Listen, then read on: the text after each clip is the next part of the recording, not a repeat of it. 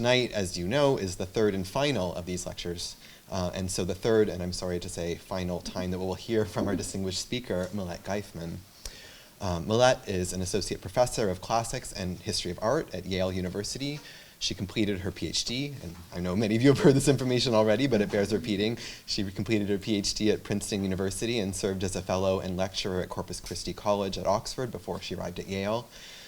For me, personally, as a scholar of Greek art, it is a really happy coincidence that Milette's visit corresponds with my own first year in this department. Milette's publications, including her 2 monographs, the first one on aniconism, the one that most recently came out on libation, these have always stood out for me for their ability to ask probing questions about some of the most basic underlying concepts in the field, for their attention to method and their scholarly self-consciousness. But it is also, I have to say, a rare pleasure to meet a scholar whose publications you have long admired and then discover that they are not only a brilliant mind, but a generous colleague, both intellectually and personally. Milette has, of course, been very generous to all of us by sharing her latest research project in the form of these 3 lectures, compelling us to look with new eyes at a familiar classical Greek monument, the Choregic monument of Lysicrides in Athens. She examined its history first on Friday from the perspective of morphology as a visual and architectural form that was replicated and regenerated in different times and places, including 20th century Chicago. Yesterday, in turn, she addressed, or perhaps undressed, the monument through the lens of taxonomy, showing us how some of the most elemental descriptors that we attach to this object, including choregic and even monument, are themselves historiographically contingent, the products of scholarly pursuits and aims that are perhaps sometimes no longer still with us. While these talks have generated excited responses from all of us, a familiar refrain in the Q&A so far has been, you'll have to wait for lecture 3 to find out. And so I'm sure that many of you are anticipating as much as I am this, the culminating lecture in the series, which is entitled, as you can see, The Unclassified Past. Please join me in welcoming Milette Gaifman.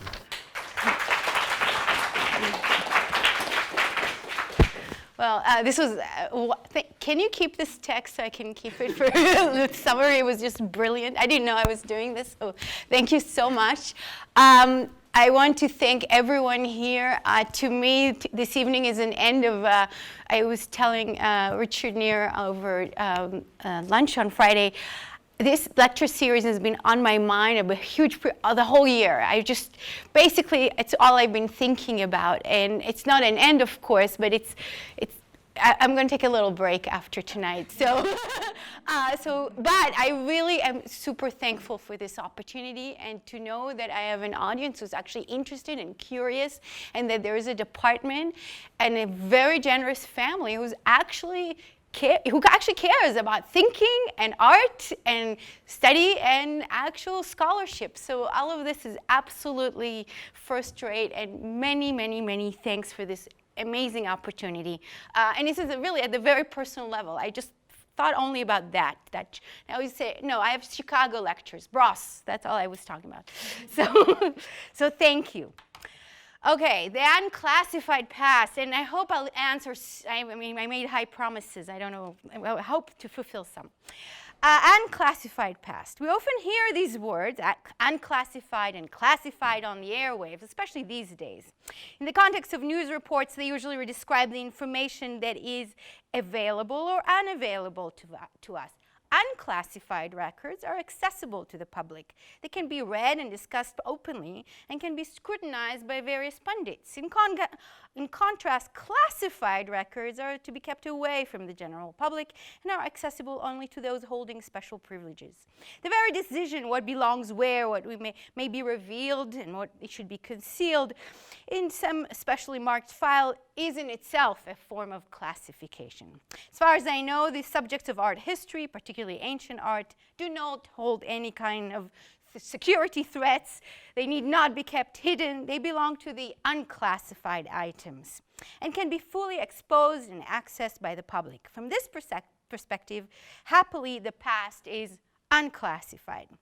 In fact, it may appear as a large unsorted set of things, like a large pile of shards found in an archaeological site, in some bothros, in some pit, or an unsorted set of little bronzes that have arrived to some museum collection, and someone has to sort through them. There's a lot of this kinds of stuff that we are organizing. And by organizing our materials into various categories, whether of chronology, function, medium, iconography, style, maker, we can then assess them better. We have a better grasp of what they are and where they fit.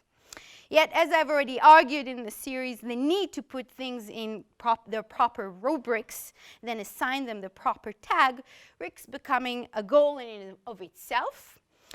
And classifications can be also constraining and creating a sense of tunnel vision. Still, perhaps at the age of Google, everything has been transformed. We can just Google anything we want. We can Google the monument of Lysicrites, and we can get everything we need to know. We learned that we have a complete Wikipedia page with the exact address on the map, the link to the website with the inscription. All extraordinarily helpful, and they tell us that Lysicrites was a wealthy man, that he was a patron of chorus of boys, as I've told you before, and that the year of the victory was 3354, the victory of his team, the team of boys that he sponsored. The details sometimes are not that accurate, but okay. She said. And then what's interesting also, that on the first page of our Google search, what we may also get is the TripAdvisor site with the rankings of the monument, an average of 3.5, I hate to say, by a mix of 117 reviewers. Some contend that the monument is rather poor, and it tells you to check out the dolphin frieze. Some will call it majestic, and others will tell you it's just good for a quick stop, but don't expect more. We may laugh of this general folk that is uninformed by the ingenuity of the past, by all the smarts, and I'm going to show you more today about this thing. But if you remember, I talked about that lantern of Demosthenes. These kinds of TripAdvisor reviews are not that far from these kinds of folksy or general ideas of monuments around us. And more importantly, these kinds of perceptions actually motivate and bring forth more research, more study. These things are intertwined. General perceptions, even if uninformed, are helpful in certain ways. And they could also be destructive, but they can be generative. More importantly, even if we have Google and Wikipedia and all kinds of new resources, we ultimately, consciously or unconsciously, make judgments of what is relevant and what is useful. Today, we are more than ever shaped by our search results. Even though we can find many things, probably more easily than ever before, we are still engaged in a process of selection and classification of our data. Precisely because of the immense leaps in technology and database management in the last 2 decades or so, our world is completely transformed, and has been transformed and still being transformed in unpredictable ways. This should make us all very optimistic, those of us working in the fields of art history, but also extremely conscientious of what we're looking for, the information we seek, how we treat it and organize it, and how that information is delivered to us. Google results are not as neutral as they may seem. After all, they are guided by our own search history and geographic location. Anyone who's traveled and done the same Google search in different places will see that. So it's not as neutral and clean as it appears on first time.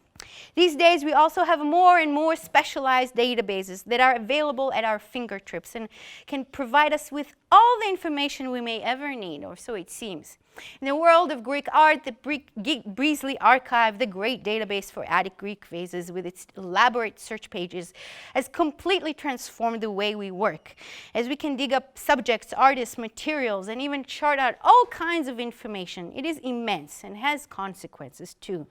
So here we find so we can run a search, and there are 2 types of searches. This is the Beazley Archive, so this is a big database of thousands of Attic painted pots. And here I ran a search on the traditional webpage and entered Satire in what they call the decoration field. I hope it can see it here. So there's decoration. And here I found out that there are 5,073 vases where they have satire in them in their decoration.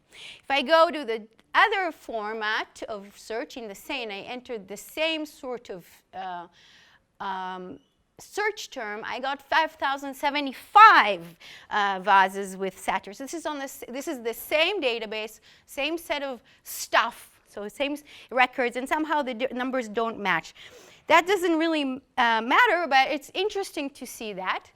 And you can also see that all of a sudden we can also map things up and see that in certain periods there are more vases with satire on them than in others. And it feels very, very good. We have charts, we can have data, we can have numbers, and even we can also say, well, let's just enter, they have also this field of a general term and enter satire, and now we will find out that there are actually 5,209 vases of this category. Now, my worry is not so much that the results are not consistent, even with the same search term, 5,073 versus 75. That's not really the last of my concerns. My more profound worry is about what we do with these kinds of results. Our searches and our statistics, how much value we actually want to ascribe to them, to these kinds of distributional statistics, whether over time or geographically, which is also enabled here.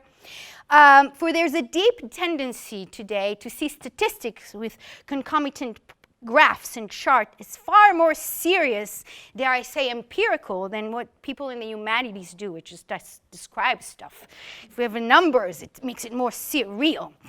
And yet any statistician would tell you that it is actually not that hard to massage your statistics. So there's that side of it. And I worry when I sit in a conference on Greek visual culture, and this was in last January, and a vase is described as negligible because it is just noise in the data. This is where statistical analysis and all these kinds of probing get out of hand, that we lose actually the sense of the importance of the individual object. More than that, databases, online technology may open up new research, and they certainly do, but it can easily reinforce continuous focus on one set of materials and the under-exploration of others. Similar to the way as when Professor Estrin told me yesterday over coffee of very exciting classical grave monuments, which he has been working on but have not been studied. And it's not because they're not known, it's just they're under-publicized. They're not on a website, they're not on Google, so nobody looks at them. We need Seth to do that for us, and he will. And I'm very excited about it because they're just terrific. So there's a tendency that these kind of technologies that makes everything seem so unclassified, so open, actually creates new classifications and hierarchies that we are not even aware of. A similar way is that the Beasley archive focuses on Attic Greek vases, which is absolutely legitimate, but there's a whole set of other pots that were made in southern Italy in the 4th century BCE. A lot of them are considered less good, but some are actually worth looking at. Take, for instance, this vase that I saw recently at the Cleveland Museum of Art, and I thought about these lectures. I told you I've been thinking about them a lot. It's interesting because it was ascribed to the so-called Corregos painter, and it is in the same supposed artist whose name vase is in the Getty Museum. And what we see here is a fabulous head of Dionysus looking at us, and there is an actor, is a man who is dressed in the form of an older satyr with Papasilenus, and he's holding a vase with images of dancers. So and you could see that one of them, so there's a real wonderful painted vase with an image of a vase and a very, very striking face. So, and this is from southern Italy. And the same vase had Dionysus and satyrs in the back. So I thought it would be of interest to us, and I noticed that this is the photograph I took. Thankfully, it came out okay. And also the museum also had a terrific face of a satyr, and I really wanted to show it to you, and my photograph didn't come out right. So I went to the search satyr. I just entered satyr in the museum website. And I got all kinds of fabulous things. I got this amphora from the late 6th century BC, and here is Dionysus bearded with satyrs. I got this drinking vessel with in the form of a ram's head and a satyr here playing, and this is attributed to the Brygos painter. But the vases I was looking for, I didn't come up in that search. And it's not because they're not in the museum. Rather, it depends on my search terms. There were also these terrific dancing satyrs that were not on display, perhaps for obvious reasons, but it certainly caught my eye as soon as I saw them in my search results. Now, but the things I was looking for did not come up. So what did I do? I did something else. I entered the term crater, which is already a specialized term. So those only people who know the field would know that this type of vase is a crater. And yes, bingo, the thing I was looking for came up. And now I can show you these two sides of this large drink mixing bowl for wine and water with one head of Dionysus. And here he's surrounded with these clusters of grapes. And he's wreathed to note also that how decorated the vase is. And on the other side, Dionysus again, but a very different scale, in the presence of a satyr and a Maenad, his worshipper, in what can be seen as a celebration there. But the other thing didn't come up yet. So I had to do another search and enter the term cantharos, again, something more specialized, in order to retrieve what I was looking for, which is this head of a satyr. And here, so this is the term, and this is the vase I was looking for, and you could see this huge head of a satyr looking at us, and it's called a ianiform cantharos. Now, not everyone would know that, not even if you're starting in this field of Greek art. This is getting quite specialized. And why is that? Why only if I entered cantharos will this pop up? Because nowhere was there in the record, whoever entered the record, they didn't put in satyr. That's all. That's all it is. So the description is not wrong. The data is not wrong. It's just missing. We are ultimately dependent on what other people put in their databases. And why is it called ianiform? Because it has two faces. If we turn it to the side, this is really an arresting piece. You see on the one side is the satyr, and yet on the other side, what we see here is this large head with a black glazed face, but he has this white beard and red hair.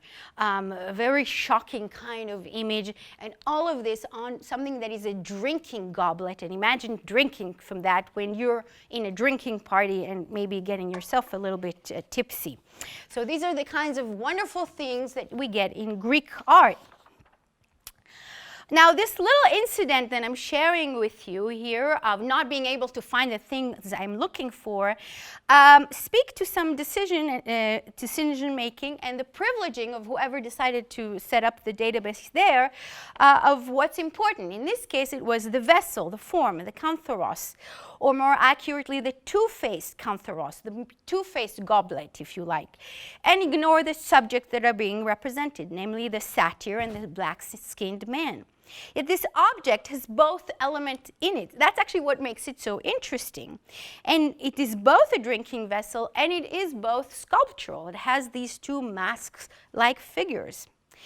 In fact, what we get here is a whole combination of what you could see in Greek art that combines the cantharos, the drinking goblet, that which could be actually used, the instrumental, and the sculptural that come together, as well as the ability to create imagery in two-dimensional form on this vase's surface.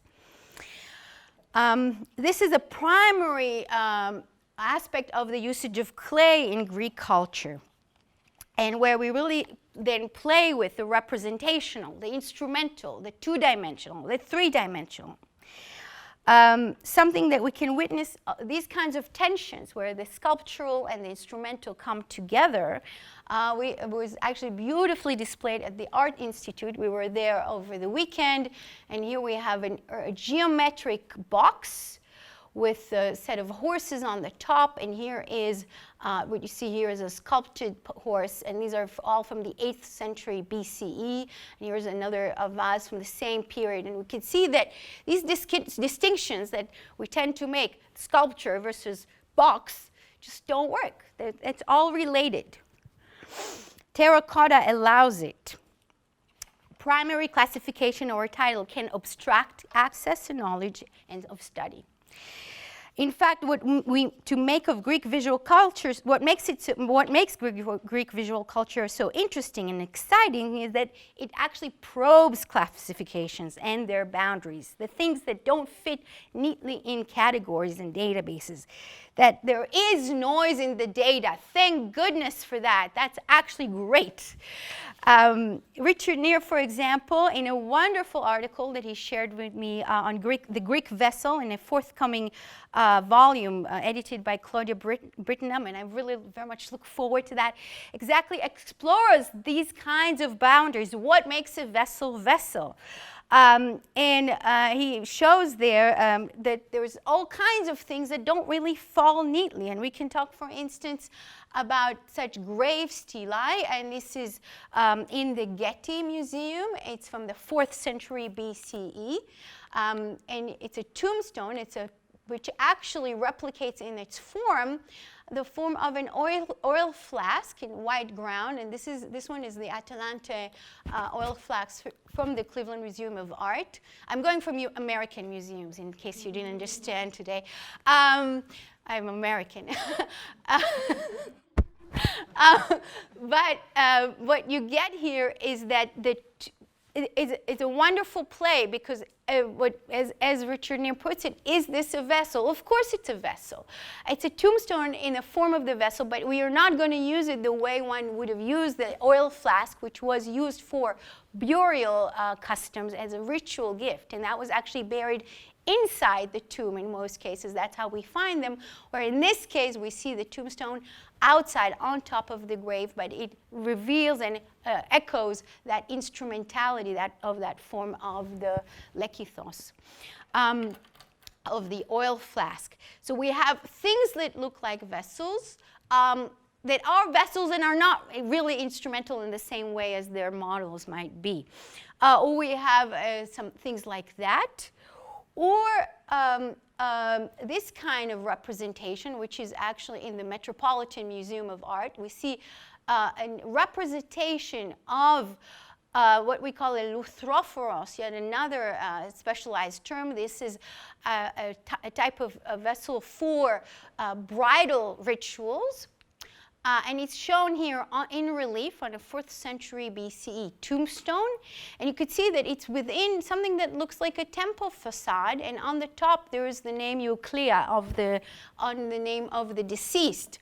And once you think about, so we have a representation of a vessel in the frame of a temple, something which is kind of weird. But if you start thinking about the use, what this vessel actually references, this is about what we might call bridal rituals. And we can then think that the deceased that's commemorated here is actually a bride, and that her, in a way, there is a reference to that ritual, and yet now the ritual is one of grief and memory, which is then enshrined here in the stele. And then there's more to that, and I very much recommend that article, and I'm sure the entire volume is, I can't wait for it to come out, and I'm very glad it is coming out. I must say that.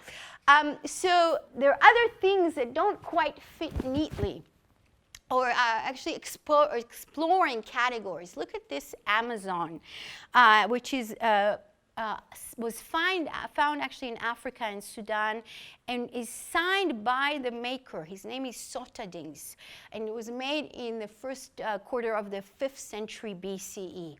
This is sculpture. It's actually painted. There's polychromy here.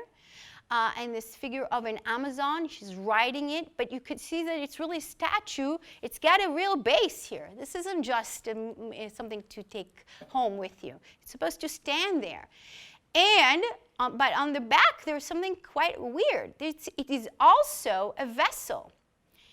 It is what we call a rhyton. And on that vessel, there's imagery of Greeks and non-Greeks fighting each other. And you could see, I hope you could see this here, that the non-Greeks have these kinds of tights. That's how we identify them, with these checkered tights that the Greeks would never wear. So we could say, okay, this is a composite sculpture, vessel, and then the painting on the vessel. But what's so fascinating is actually to see the connections between these different facets. The Amazon strides forward as she gallops. The legs of the horse are also, so we have a 3D horse and a 2D horse on the same object. The 3D horse marches one way or gallops one way, and the 2D the other way. The 3D is of the Amazon and the 2D of the non-Greek. But then also we see that helmet. She wears this large helmet that covers and yet actually draws our attention to one of the Greek man's helmet. So again, 2D helmet and 3D. So there are all these tensions that come into play here. Amazons in the Greek imagination are non-Greek. They are actually in the category of the other or the barbarian, if we want to think in classifications. But everything that this thing is about is, in a way, probing those categories. As we see the tensions between Greeks and non-Greeks, the non-Greeks, this non-Greek is actually seems to be taking the lead, having the upper hand, and the Amazon moves forward.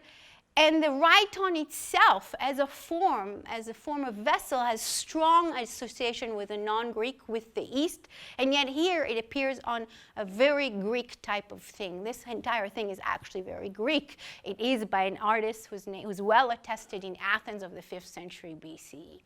And in the end, it ends up in Sudan. It's being exported, apparently. So that's the reporting. This is so much more interesting than trying to think about sculpture, painting, and pots as drinking vessels on their own. And of course, it's quite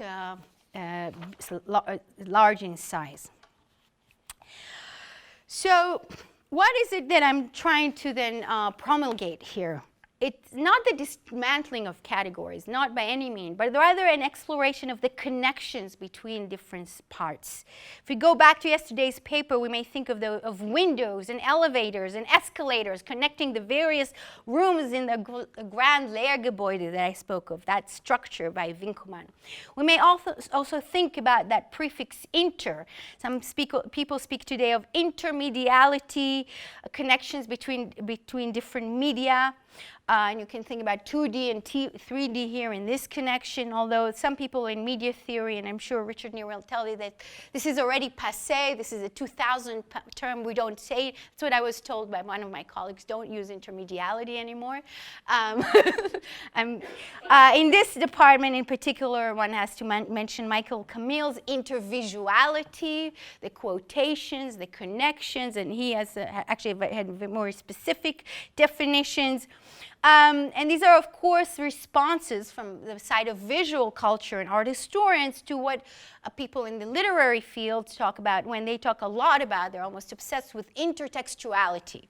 And in fact, I have a colleague who now came up with interformularity. So we can do a lot of inters and see, but what's interesting is not so much the terms we use for these phenomena, but that they are there and there are connections. And rather than let the categories instruct us, try and find those connections. Try to see how things work in tandem. So with this in mind, with my lengthy introduction to all what I want to say with that, let's now go back to that monument, which you've seen many times, but now from a somewhat different perspective. I don't think you've seen this picture yet. Let us return to Athens and consider that same monument you've seen with fresh eyes. Since we cannot really tell what Athenians of the late 330s thought of it, let us consider of it, and we are limited after all. This is within a modern environment, but building upon everything we know and all the categories that we have, let us consider all its elements in tandem: the architectural, the sculptural, that which has been classified as ornamental, its orientation and the topography, that inscription, and try and connect these different and see where these things actually connect with each other and are in conversation. And beyond that, I would also try and look at how this may relate to broader perspectives within that Athenian landscape. In a way, what I would say, let us try, instead of, when you're analyzing music, and I admit I went back to playing music recently, when you're analyzing music, you can do it one line. If you have a chorus, you have various lines of music, of melodies.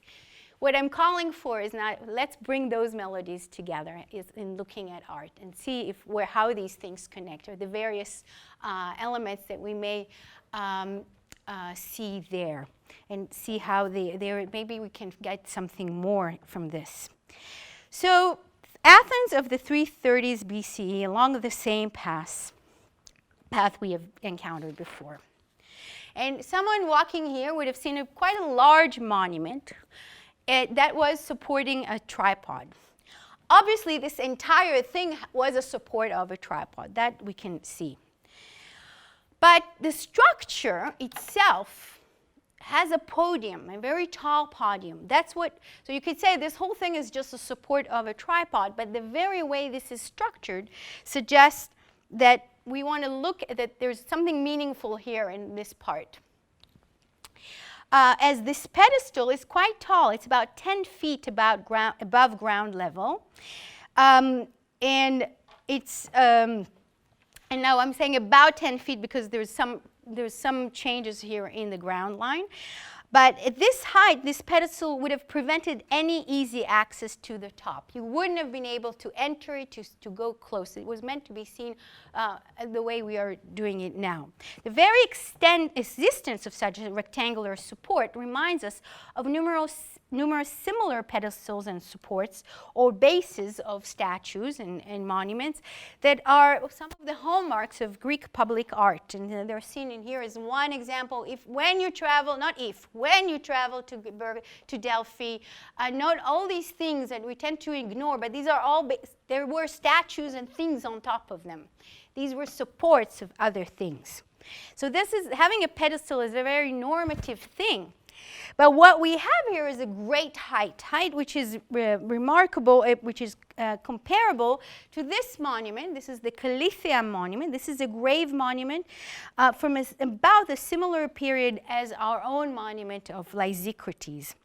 And this was found in the port of Piraeus, and it was in the 1960s, and it stood tall at the height of about 27 feet. And is roughly contemporary with our monument, as I mentioned.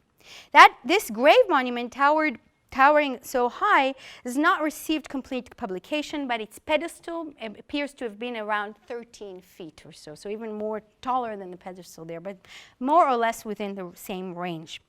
The two monuments here are very different in purpose, context, and construction, but both share that pedestal that supports a large, what looks like an architectural form, both ways. And they both deploy this large above-ground base. In fact, because of the height of the Calithia monument, you could see that in the Piraeus Museum, they had to lower the floor so to actually put it in there. So looking at this comparison, we may immediately see further affinities between the two roughly contemporaneous monuments that they use architectural feature at the top. The Calithia monument in the memory of Niceratos and his son Polyxenos present us with three figures on a pedestal, complete with temple look-alike, in the Ionic order in this case. Now, it is using this kind of frame in a way. It goes back to a long tradition of the 5th and 4th century BCE of grave monuments with architectural frames of the sort I just shown you. One with a relief in the form of a vessel, and Seth Estrin will show us many more in the very near future. And they are, but these kinds of architectural frames are not only found in grave monuments, but also in other contexts, particularly in reliefs that are dedicated to gods. What we see here, however, is a monumentalization of that. These are three-dimensional. They go in. They're not just a relief. And you can see that there's kind of going for grandness in this period is also witnessed here in this monument. This is the Choregic monument of Thrasilos, reconstructed 320 BCE, where again we have a sense of a temple facade which was crowned with a tripod. This is the more accepted reconstruction. Now, the comparison then, so we could say, okay, so the Lysicrates monument, it's with its high pedestal, fits within certain developments of the period and is in conversation with other grave monuments. But this comparison is actually helpful from another perspective in thinking about how people interact with such objects. When you look at this object, the Callithia monument, it is clear what's front and what's back. And from any point of view, you would know where you're supposed to look at it. In fact, we presume that it was meant to be seen from one primary vantage point. What of the Lysicrates monument? A circular form, even if it was partially open, as I discuss and will discuss more, and we see invites different and allows for different vantage points. And we may hypothesize then that that form might serve a certain kind of purpose of being seen from multiple ways. So this kind of intuitive observation, one which we could say on the basis of just looking at this thing on its own, gets quite an interesting confirmation once we look at recent archaeological works. And in this context, we really want to think about the topography of the area and what was going on in Athens, in this square, in the 4th century BC. Thank goodness there's some really great Greek archaeologists in excavations in the 1980s, led by none other than Manolis Kores, who, for anyone who works in this field, he's like a god. You tell to Greeks, Manolis Kores, and they say yes. Just, of course. But he's an extremely thorough and great archaeologist. And he revealed that this entire area was repaved during the 4th century BC. There was major redoing and reshaping of this area just then. More than that, they've found out that there was, to the east of our monument, and here is just the front of that, was started a roofed colonnade that was structured right here on the east side, what we call a stoa. It wasn't a very big stoa, but it was right there in the 4th century BC.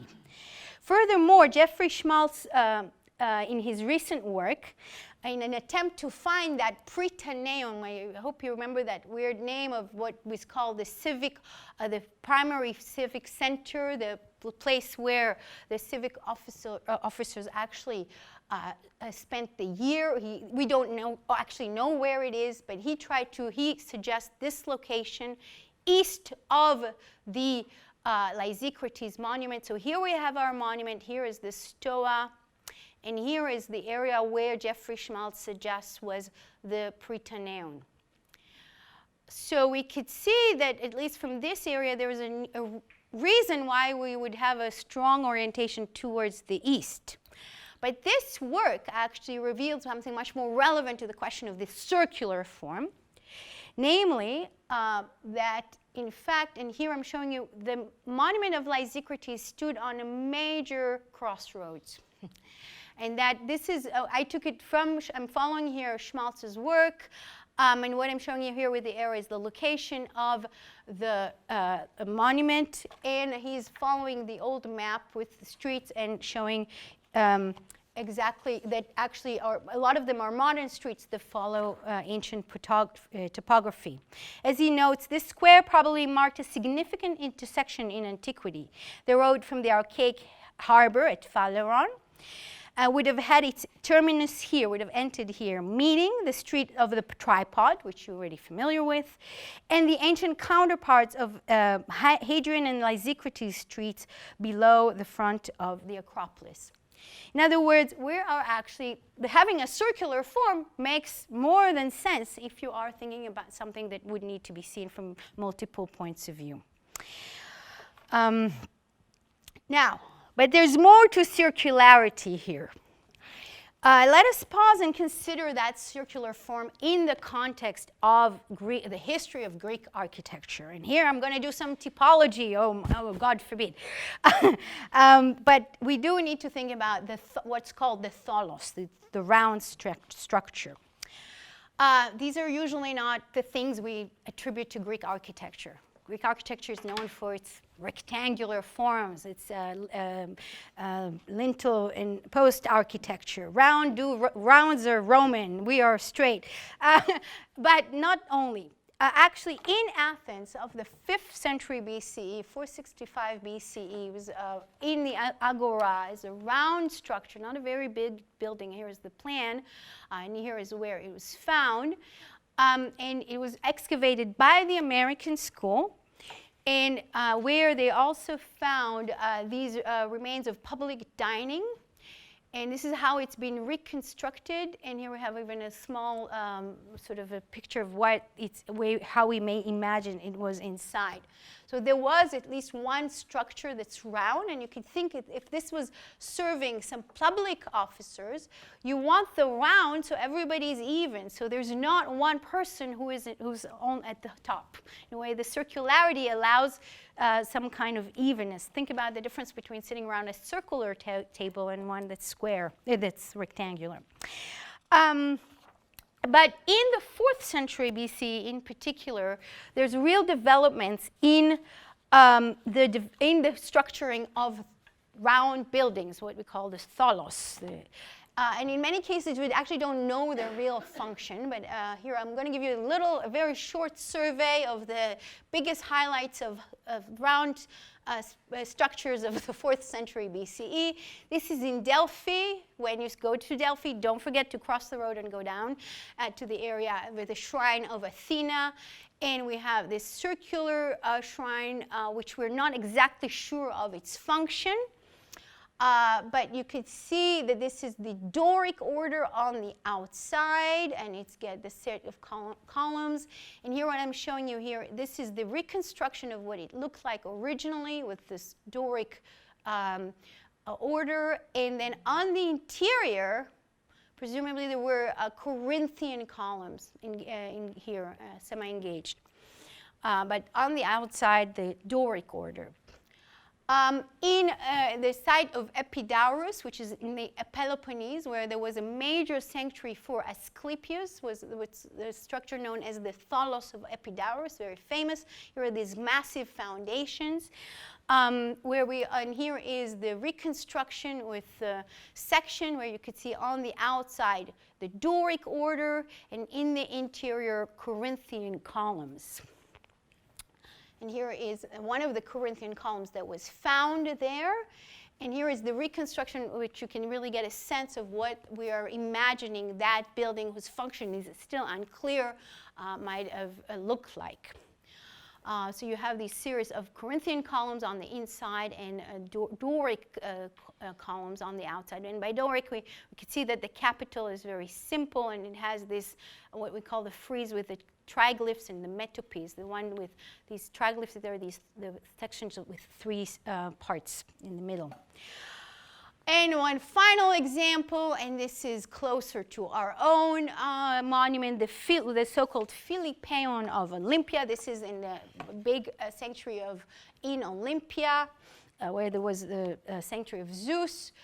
This was erected in Olympia shortly after 338 BCE by Philip of Macedon, because he was so happy he beat all the Greek city-states, so he erected a big monument there in a circular form. There were also statues in there. And on the outside, we see Ionic columns. Inside, there are Corinthian columns.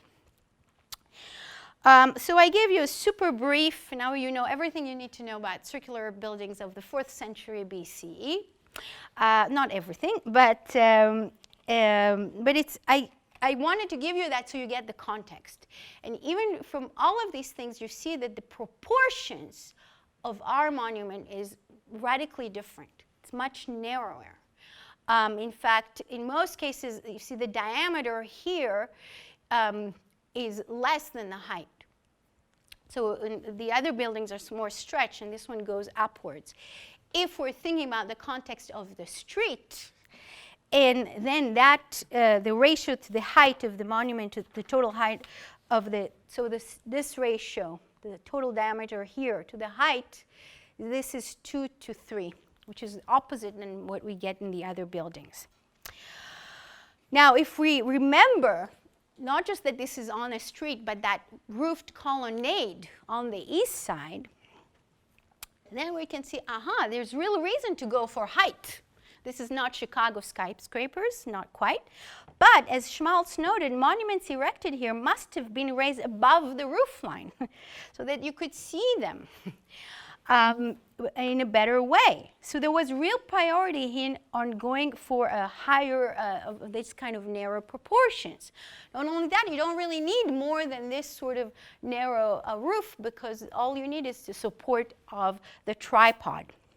So there's a real move upwards that is, I mean, that's not, that can be, that is, becomes much more comprehensible once we're thinking about it within a particular urban landscape.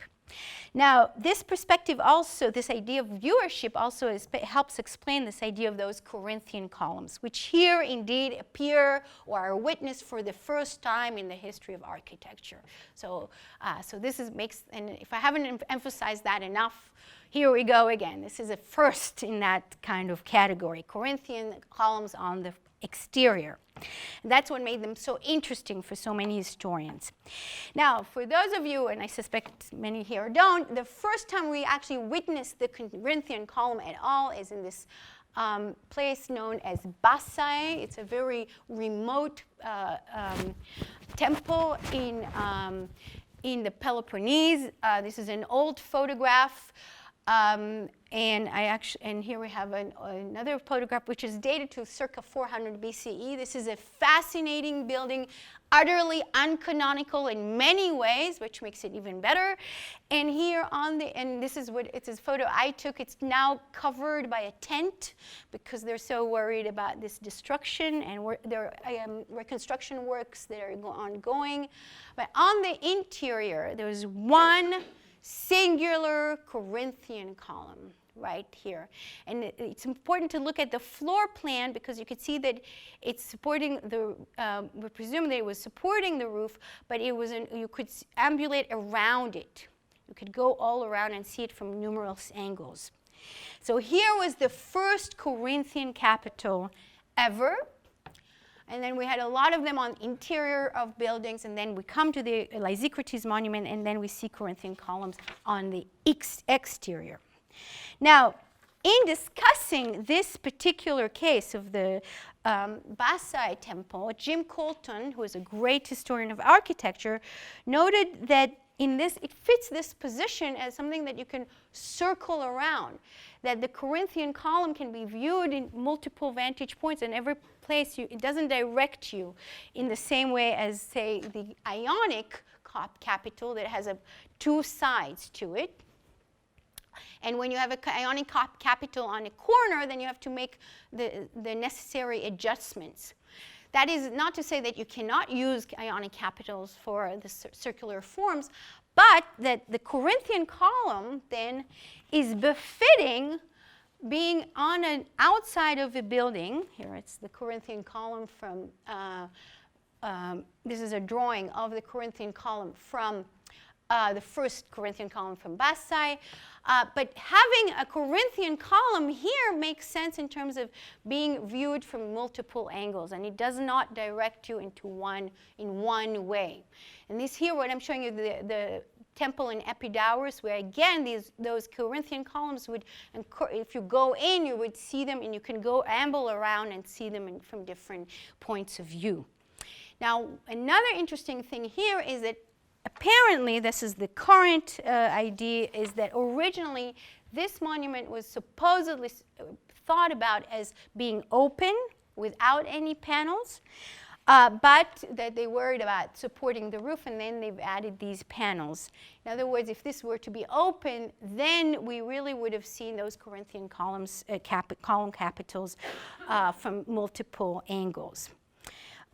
So once you think about this within its urban context, within the context of viewership, a lot of what seems a little bit enigmatic to some scholars comes, at least you can explain it. I'm not saying this is the reason. I don't know what the engineers thought. But once we think about it, that actually makes sense. It fits. Now here I mentioned the opening. Again, I don't want you to get confused. The monument of Lysistrata was never fully opened. Never. The only question is whether it was partially open on the east side or not. Here I've shown you these two reconstructions, one by Pierre Amandry from the 70s, and then Bauer also from the 70s, where he also he maintains that this is open, and at the top there is a tripod. And this is facing east. Now, this is how it's normally published today, and that's what people actually look at and replicate. If you read Bauer's article, and it's a very annoying read because it's heavy-duty German in architectural, with a lot of architectural terms, you realize that, in fact, this reconstruction is a little bit misleading. What he found out is that all the panels on all sides, there were cuttings, original cuttings on both sides along the columns on these sides. So they could fit a panel all the way through. Here on the east side, he found that there's a cutting only 20 centimeters high, just until here. So that's why we see here, when you see this drawing, which you see it's not a reconstruction, you get a somewhat different sense of what was there. Now, in other words, apparently he claims there was an opening, but I'm not sure I would go over here from there. Why wouldn't you put a door there? Why couldn't that be closed in other ways? In other words, there's a bit of a jump here, a very, very thorough and meticulous study. But it's as if it's the same as here. He really worked extremely well on the roof, but then he jumps from here to adding these figures for which we have no evidence at all. So there's a kind of interesting empiricism and that is coupled with imagination. Now, I have no problem thinking that this is open. The problem with that is that once scholars think of this as an open with a statue inside, nobody talks about the architecture anymore, and we all focus on what statue was it and what it might have been like. So there's a shift in thinking about the monument, and whatever there was there, from most vantage points, you wouldn't be able to see that side. This was a privileged side. This was the special side. This was the east side, which in most temples was the side of the entry to the temple. So in a way, it echoes Greek temple architecture in its actual form. Now, so here we get to the question of the open and close, and I'm happy to entertain this, but I'm also happy to think about other ways in which that east side and this east panel could have been dealt with, because there's no evidence that there was a statue there. And note, for instance, how he's treating the frieze of the tribe. I mean, this is a little bit sketchy, I would say, all of a sudden, and kind of literally sketchy. But let's move on to perhaps the part that is the least discussed, and that one is the part of the tripods, which we've discussed them before, and that's really the one thing that all the discussions hardly talk about. They just say these are tripods. Presumably because the assumption is that these are just decorations, nothing more. Interesting, but just. But as Richard said in discussion yesterday, they are actually representations, and from this angle, and these are my own photographs, you can actually see that they have some depth to them. There's some shadow, and if you imagine this with some paint, presumably, then they would have stuck out even more. What's very interesting, of course, about them, that they go around, they puncture the entire scheme. And here I give you the close-up here. And I don't have an answer why they're like bow-like. I mean, all day, this is what I did today, try to figure this out. So we can still consider the exact shape of these tripods. But what's clear, they are tripods, and they move your vision upwards. And, of course, they echo what was on the top, a real tripod. And there's a whole game here between representation, supposedly ornament, and a real tripod at the top. And in fact, you are in the street of the tripods. So there's an echo here between this monument and everything that's around it. In the same way, which you can talk about these actual Corinthian columns that echo in their form, that floral support that comes up at the top. And Zemper, actually, in the passage I read yesterday, mentioned that it talks a lot about this floral motif at the top, which in a way comes out as if this monument allows growth. And you can think about that image of Dionysus of the cup as something that brings in new life and new growth and new vegetation. So we have something engaged in a relief and something that is completely three-dimensional. So 2D, 3D, real object on the top, representation on the top, and these things are in conversation with each other. They're actually echoing each other in certain ways. Now let's go and go further up as these tripods support these three the rings here, which are actually the place where we find that inscription. Now the inscription is facing east, the primary site of vision. And remember, this is where there was that east stoa on the east, so this you would see from there. Now we, of course, cannot I cannot tell what people could have read for real. But what's interesting is actually to see the way the inscription is situated on the monument itself. And this, again, this came up yesterday in discussion, and I was really happy about that. We talk about Lysicrates' monument, Rocco, right?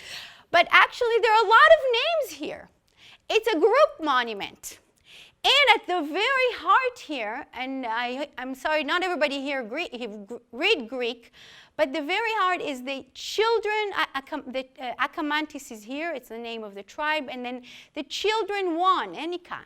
Nika, that's the word that you get right beneath the figure of Dionysus. This figure here is not very well preserved, unfortunately, but we have the heart here is the victory of the children, if you like, or the boys. Again, I'm just looking at this structurally, and if someone say, but how do you know they saw it this way? I don't. But if I look at this, what aligns right here, we actually see that the victory is underneath Dionysus himself. And here, this is the Pydon, this is the boys of Achamantis. And Achamantis appears here, this is the name of the tribe. And here, victory right below Dionysus. Who is here in this victorious position. And of course, so here we have what you've seen before, and again, beneath that we can also see Lysicrates very close. Right, this is the name, you see the alpha here of the name Lysicrates. So here I've shown you Dionysus, that reclining Dionysus, and we can move on then to think more about that relief. I mentioned the possibility of a statue of Dionysus here on the interior. If there were a statue, could have been other things, of course, but the likelihood that if there was something inside and it was a statue, possibly Dionysus, and I'm very happy to think about that, then you would have multiple representations of Dionysus on the same monument, one in large scale here and one reclining. And this is the same way as we saw on the cup. You can have two types of Dionysus, and Dionysus have multiple faces and multiple ways of appearing. Now we get to the frieze with the various scenes of these satyrs who are chasing pirates, as you remember from the story about the hymn to Dionysus from the 6th century BCE, which I've introduced on Friday. So here, and we see them, and what most commentators note that actually the style of the frieze and the composition, it fits the norms of the 4th century BCE. With the figures that are lunging, and I'm sure there could be some better parallels than what I'm showing you, but you have very strong diagonals in drapery floating, and here I'm going back to the Temple of Apollo in Bassa, and we can see these kind of drapery flowing and lunges, and there are in the mausoleum of Halicarnassos, I don't have it there, you have even stronger diagonals and lunging figures. In other words, it fits certain norms of composition of the 4th century BCE. But what everyone comments about is that there's greater spacing between the different scenes. Again, if we think in terms of viewership, that becomes much more sensible because you see it from different angles, and then you would be able to decipher each part in more clear ways. And in fact, if you think about it, and here I'm going back to the allusion to music, you could think about the Corinthian capitals and these tripods in a way it's giving a sort of rhythm of vision. You can, there's not exact correlation. It's also very hard to follow this as this is actually flattening a round square. But if you start looking, you'll see a certain correspondence between the groupings of figures and the positioning of the tripods, as if the tripods are giving it a bit of a rhythm, and this thing is going around on a structure that is round, and a hymn in what may have been a reference to the actual hymn performed by those boys who won, the 50 boys of the tribe of Achamantis who won a choral competition in which they may have performed the hymn that is referenced here, the story about the transformation of the pirates who did not recognize Dionysus, and because of they did not recognize the god, they were turned into dolphins.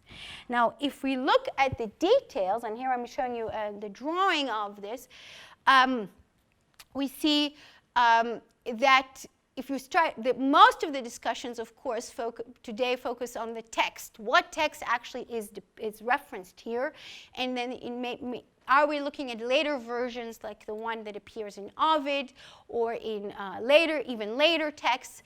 Even if there is a text, what's interesting is that, of course, this is its own articulation of the myth that is guided by its own, the needs of viewership. And here now, so I hope I think I answered one question that was raised on Sunday, and that about the viewing. Now we're going to go to Richard Neer's very, very sharp question about this. And that is this figure, the reclining figure of Dionysus from the east pediment of the Parthenon, on the Acropolis. And you can see this figure, which was thought in the 19th century, it was recognized, it was identified as Theseus, some said Heracles, and then I think it was actually in the British Museum, first time that the idea that this may be actually Dionysus because of the resemblance to our own figure of Dionysus. Where we have the reclining figure with the drapery right here in a similar position. The hands are here. I'm missing a youthful figure that is reclining. And it was effectively, and today this is how it appears in the literature, because of the Lysicrates monument, most would agree that this is Dionysus. So this is terrific. But there's more to this. Because I would argue that the entire monument, in fact, responds to and engages with the Parthenon, and especially the sculptural group of the Parthenon. Here is the plan of here's the Parthenon, here's the monument of Lysicrates, and here is the theater of Dionysus. So the two are here in connection in terms of the topography.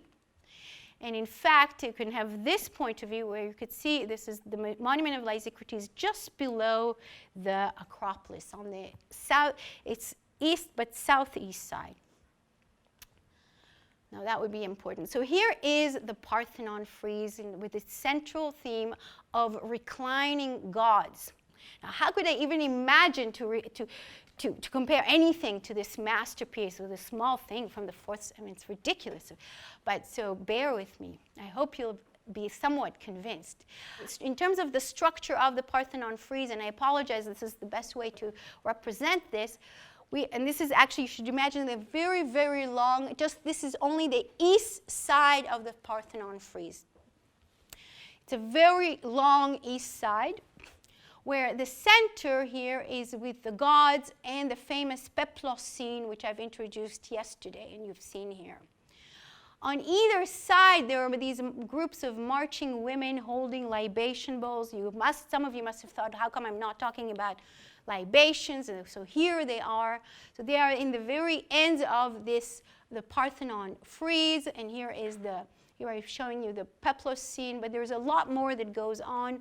But what you see here then is these gods reclining and worshippers interspersed among them, and that the gods are larger than the humans here. They're seated. If they were to stand up, they would break the frame. Now let's go back here. This is facing east. This is the east side of the frieze.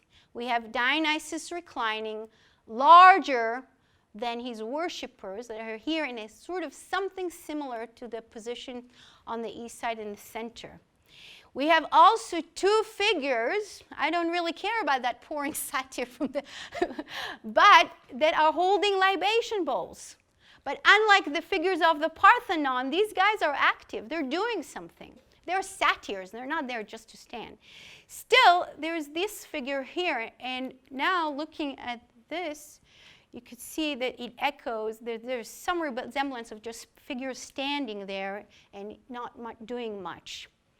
So this is not a copy, and this is not a replica, but the resemblance, especially the figure of Dionysus in the middle, and the entire structure of this thing suggests engagement with the Parthenon. Here we have the general plan of the Parthenon. Here's the Parthenon frieze. And so here, and that's the east side of the Lysicrates monument. So again, this is a variation and a disturbing one, because Dionysus on the Parthenon is not the center, but here he is the center. The Parthenon frieze, everybody is very austere. Here, the satyrs are just getting the drink out of there. So things are happening. But then the rest doesn't really match, of course, because the rest of much of the frieze on most of the sides of the Parthenon frieze are these riders. And I remind you that the Parthenon had more than just the frieze; that there were also metopes, and that and here I'm showing the plan, and where on the south side there were the metopes showing the centaurs against the lapith. That's another battle between barbarians and mortals. The centaurs getting drunk. They're half animals and half horses. We saw them yesterday. We'll see them in a bit. But just note where we are. Here is the Parthenon, and there is the monument of Lysicrates. And what we gain here then on this side, on the south side, are the Centauromachy, the centaurs and the lapith, and this is the east side. And here, so what I'm arguing for is that actually there is some kind of engagement between the Lysicrates monument and the representations on these particular sides of the Parthenon. And here's another view, so you'll see what I'm talking about, where again you can identify in the foreground here the Lysicrates monument right here, the Acropolis, and here are the slopes of where the Theater of Dionysus. So these things are in relation to each other. Then this is the Centauromachy. There's one metope from the centaurs and the lapiths. And on our monument, then we have these scenes of the satyrs struggling with the pirates. And you could see then the half animal, half man struggling with the mortal person right here, and again here, in similar kinds of way, the floating animal skin. And again, this is not, again, I'm talking about variations and not exact replication, but you see compositionally the similar scenes of struggle. Now, these, I'm happy to argue with this. That's why I'm doing it here. I'm taking a risk. And if you don't want to agree with me, please tell me this doesn't make any sense. This is totally crazy. But what's interesting is actually that these things don't actually copy, and there's a real reversal. The centaurs here are the barbarians. Whereas the satyrs are, in a way, the powers that represent Dionysus. Whereas the lapiths are, see, I get confused. The lapiths here are the good people. They are the ideal Greeks. Whereas the pirates that are shown as ideals are actually the ones who misbehaved, who are the ones who are being punished.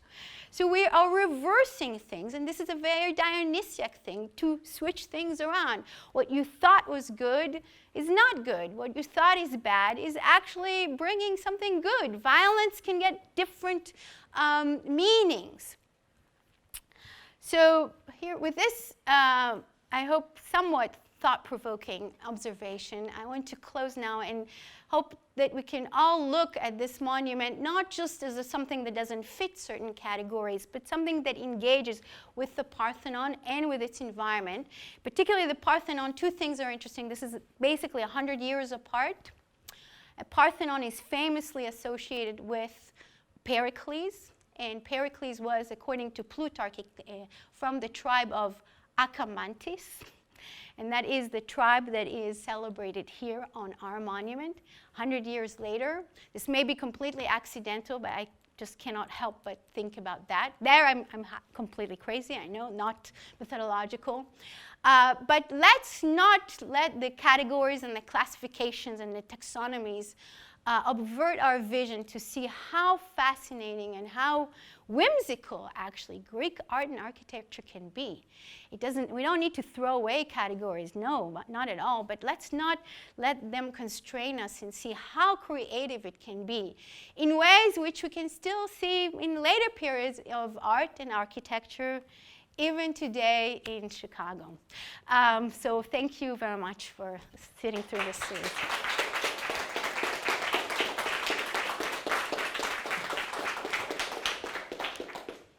Yeah, so this is, some of it is new, some of it is renovated, so this was added later.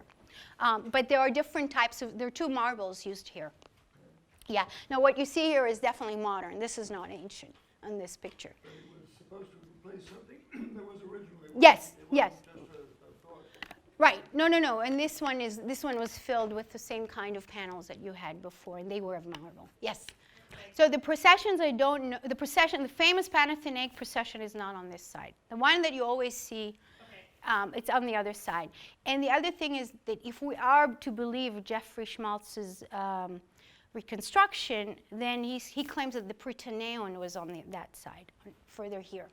So you would have this street was there, and this street was there. What else? I mean, it's hard for me because I don't. These basically most of the streets that are there today. And if you wanted if it's related to the Parthenon, and you would have a stoa, and the theater is also pretty important. Right. That's why I pointed that out. So you would have both things. Yeah. So, but you would have that stoa, and you would see from that stoa, which is here. Is there a direct route between the two? Between what? The theater of Dionysus and the monument. Yes. And where is that? This is in this street here. You could see here. Okay. Yeah. And so it's that very street. That very street, and then it connects to the Prytaneon. Yeah. Not the one we know. We don't know exactly the one that was performed by them. But there's an earlier written version and there are later written versions. And what we know that was performed on those occasions were hymns. So it might as well, and so there's a good hypothesis that this might have been that. Yeah. So I think in a way you could see it in different ways. It is asserting a certain connection with the past, but it's also looking forward, absolutely. So I think it operates, that's why you can have it there. You could say, we are Athens, we're great, we're continuing the great tradition, Alexander the Great is coming, and we have to continue and even make our traditions better and innovate. And at the same time, we're proud of being this tribe and this. So I think it operates at both levels. You couldn't have. I don't think you could have just had that like that without having. And everything is. The more I look at it, the more I did not. I thought, okay, we'll see. I'll say both East Side and one, but it just came to. It was like flow of wine. I was like, oh my God, there's libation bowls, but they are doing things with it, and the satires or the who is good and who is bad. What's going? It keeps changing. So yes, but you have subversion only with Dionysus, and Dionysus allows you to do that. So under the guise of state-sponsored things, you can now assert the tribe, the person, the individuals. Yeah, even if you think Possibly, yeah. No, I mean, the only thing I would say about that is the sort of, if you look at I had this, with this layer, you have layering here, right? That's what you're talking about. And this is the Parthenon. And we have here, when I go back, where is that? Yeah, here. So you see, it's as if it's coming from below. So there's a hint at some interiority. That's the only sort of, But on the other hand, it's blocked in most sides, right? So there's also solidness to it, and something is hidden. Is it hollow? Yes, it is hollow. Yeah. Right.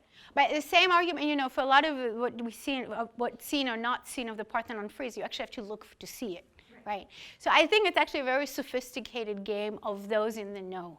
And it's that argument, in a way, a lot of Greek art, what you say, but no one could actually see it. And so but the gods could see it. So, but obviously someone is, to me, there is a visual game that's being played and serious, real decisions with that composition, which is so unique. Yeah.